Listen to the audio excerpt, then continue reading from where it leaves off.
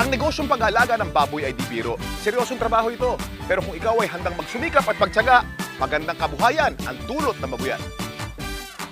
Sa buong Pilipinas, sa lahat ng lalawigan, maraming taong umasensong buhay sa negosyo ng babuyan.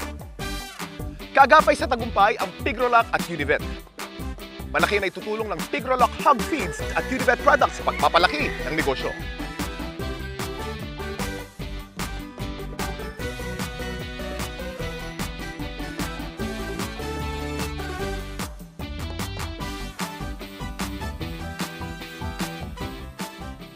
Yun ang pinaka-nakakainis na problema sa baboy. Yung bang akala mo, ginawa mo ng lahat. Pinakakain mo ng feeds, binibigyan mo ng vitamina, gamot. Pero ayaw lumaki.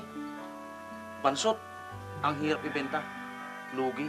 Sa simula talaga maraming problema sa babuyan dahil wala tayong kalam-alam noon. Hula-hula na lang mula. O pre, bara-bara din ako doon. Maski Paps, bahala na. Ako nga nung dati, nagkasakit ng mga baboy ko. Anong sakit?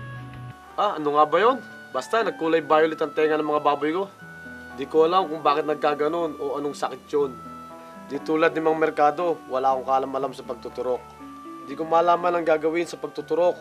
Di ko alam gamitin. Binigyan ko na lang ng iron. Bahala na. Baboy Kampiyon Tip. Walang ikakatakot kung mahusay ang iron supplement.